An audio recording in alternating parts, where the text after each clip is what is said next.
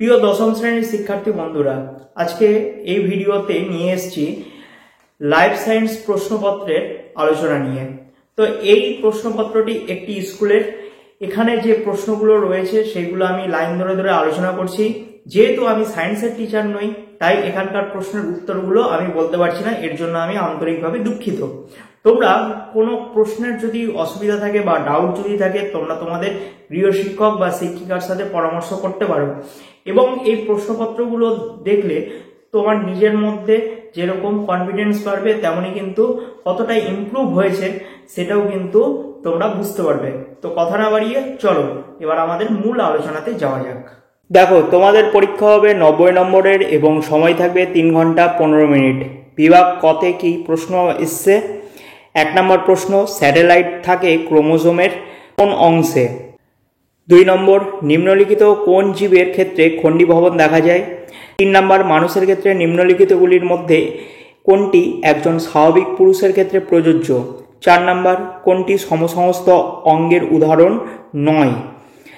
5 নম্বর, অগ্রস্ত প্রকটতা রোধকারী উদ্ভিদদেহে সংশ্লেষিত হরমোনটির নাম কি? 6 নম্বর, কোন জোটটি সঠিক নয়? 7 নম্বর, কোন বৈশিষ্ট্যটি এক্স লিঙ্গ সংযোজিত বৈশিষ্ট্য? 8 নম্বর, বারবার রক্ত সঞ্চালনের কারণে এবং খুব তাড়াতাড়ি আরবিসি নষ্ট হওয়ার ফলে হৃৎপিণ্ড ও যকৃতের ক্ষতি হয় যে বংশগত রোগে, তা হলো? 9 নম্বর কোশ্চেন, কোন প্রাণীর হৃৎপিণ্ড একটি অলিন্দ ও একটি নিলয় নিয়ে গঠিত? 10 নম্বর, মেন্ডেলের এক সংকর জননে F2 জনুতে উৎপন্ন বিশুদ্ধ প্রকট এবং বিশুদ্ধ প্রচ্ছন্ন বৈশিষ্ট্যযুক্ত জীবের অনুপাত কত? 11 নম্বর প্রশ্ন, সিউডোমোনাস জীবাণু নাইট্রোজেন চক্রের কোন ধাপের সঙ্গে যুক্ত? 12 নম্বর, ফুসফুসের ক্যান্সার সৃষ্টি করে কি? 13 নম্বর হচ্ছে, ঘোড়ার অভিব্যক্তিতে নিচের কোন শয্যাক্রমটি সঠিক? তোমরা এগুলো স্ক্রিনশট নিয়ে রাখতে পারো। 14 নম্বর প্রশ্ন, একাশ বিভাজনের কোন দশায় ক্রোমোজোমগুলো নিরক্ষীয় তলে সজ্জিত হয়? 15 নম্বর, কোন হরমোনটি অগ্র পিটুইটারি থেকে খরিত হয় না? এবার আসি বিভাগ খতে। বিভাগ খতে হচ্ছে শূন্যস্থান পূরণ দিয়েছে। 1 নম্বর প্রশ্ন, ক্রসিং ওভার দেখা যায় মিওসিস কোষ বিভাজনের ড্যাশ দশায়? 2 নম্বর, কেন্দ্রীয় স্নায়ুতন্ত্র ড্যাশ নামক পর্দা দ্বারা আবৃত থাকে? 3, রেণুধর ও লিঙ্গধর জনুর পর্যায়ক্রমিক আবর্তনকে ড্যাশ বলে? 4 নম্বর, পাথরকুচি ইষ্টু পত্রজমুকুল হলে কচুরিপানা ইষ্টু কি হবে? 5 নম্বর, ড্যাশ হরমোনের অধিক্ষরণে কুসিং বর্ণিত লক্ষণ দেখা যায়? 6 নম্বর, একটি পক্ষী পরাগী উদ্ভিদের উদাহরণ দাও। এরপর সত্য মিথ্যা যাচাই করতে বলেছে। 7 নম্বর প্রশ্ন, H2 NH3 হলো গ্রিনহাউস গ্যাস? 8 নম্বর, সাইকেল চালানো হলো মানুষের সহজাত প্রতিবর্ত ক্রিয়া? 9 নম্বর, F1 জনুতে সৃষ্ট অপত্যের সঙ্গে প্রচ্ছন্ন জনিত জীবের সংকরায়নকে টেস্ট ক্রস বলে? 10 নম্বর, মানুষের হাঁটুতে বল ও সকেট সন্ধি দেখা যায়? 11 নম্বর, ফণিমনসা গাছের পাতা কাটায় রূপান্তরিত হয়, একে পর্ণকাণ্ড বলে? 12 নম্বর, উদ্ভিদের কোষ বিভাজনে বেমতন্তু গঠনে অংশগ্রহণ করে সেন্ট্রিওল? এরপর একটি স্তম্ভ দিয়েছে, স্তম্ভটা তোমরা স্ক্রিনশট নিয়ে নাও। তারপর বিভাগ গতে আসি। বিভাগ গতে বলেছে 3 নম্বর প্রশ্ন।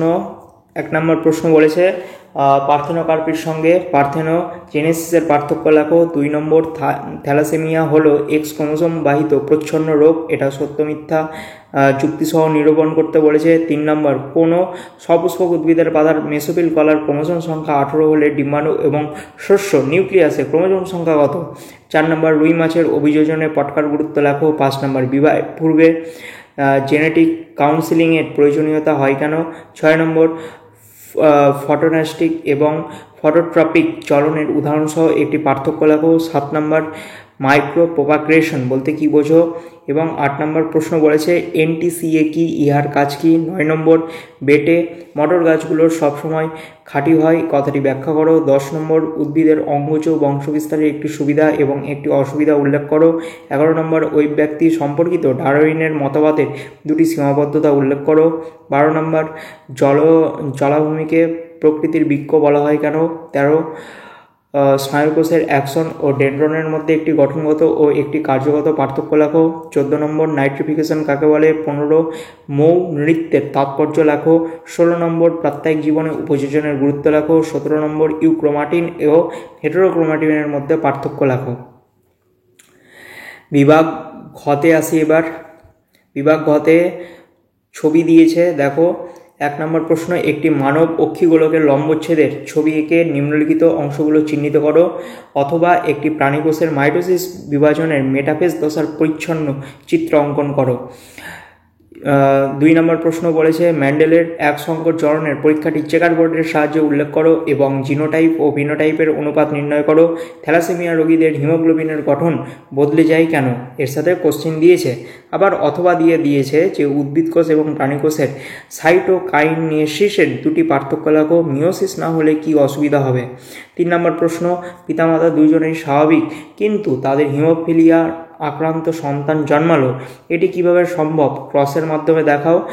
আর ডিউটেরানোপিয়া কি, এটা প্রশ্ন দিয়েছে এর সাথে। অথবা দিয়ে প্রশ্ন দিয়েছে ক্রমবর্ধমান জনসংখ্যার ফলে একটি অঞ্চলে কী কী পরিবেশগত সমস্যা হতে পারে, প্রজাতির বিলুপ্তি ঘটানোর ক্ষেত্রে বিশ্ব উষ্ণায়ন এবং জলবায়ুর পরিবর্তনের প্রভাব লেখো। এরপর আসি 4 নম্বর প্রশ্নে। 4 নম্বর প্রশ্ন বলেছে অভিযোজনের পায়রার বায়ুথলির ভূমিকা কি, শ্বাসমূল না থাকলে সুন্দরী গাছের কী কী অসুবিধা হতো, অথবা অর্জিত বৈশিষ্ট্যের বংশানুসরণ বলতে কি বোঝো, ওই ব্যক্তি ও অভিযোজনের সম্পর্ক লেখো। 4.5 বলেছে দুটি অঞ্চলের মধ্যে একটিকে জীব বৈচিত্র্য হটস্পট বলে ঘোষণা করতে চাইলে তুমি কি কি শর্ত বিবেচনা করবে। বাঘ সংরক্ষণের গৃহীত ব্যবস্থাপনা এবং তার সাফল্য আলোচনা করো। অথবা দিয়ে প্রশ্ন দিয়েছে কৃষিক্ষেত্রে উদ্ভিদ হরমোনের ভূমিকা আলোচনা করো। ফিডব্যাক মেকানিজম বলতে কি বোঝো। 6 নম্বর এবং লাস্ট কোশ্চেন বলেছে যে টেস্ট ক্রস ও ব্যাক ক্রসের মধ্যে তুলনা করো। অ্যামাইটোসিসের 3টি গুরুত্ব লেখো। অথবা দিয়ে বলেছে 3F হরমোন কাকে বলে, এই হরমোনের 2টি কাজ উল্লেখ করো। গলগণ্ড বা গয়টার রোগের কারণ ও উপসর্গ উল্লেখ করো। আচ্ছা, এখানে এক্ষেত্রে বলে দিই যে দেখো এখানে 1+2+2 এই টাইপের প্রশ্নগুলো অ্যাটেন্ড করার চেষ্টা করবে, কারণ এইগুলোতে কিন্তু নাম্বার বেশি বাড়ে।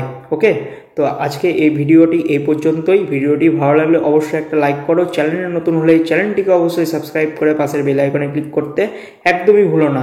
আর কমেন্ট করে জানাও তোমাদের লাইফ সায়েন্স এক্সাম কবে রয়েছে।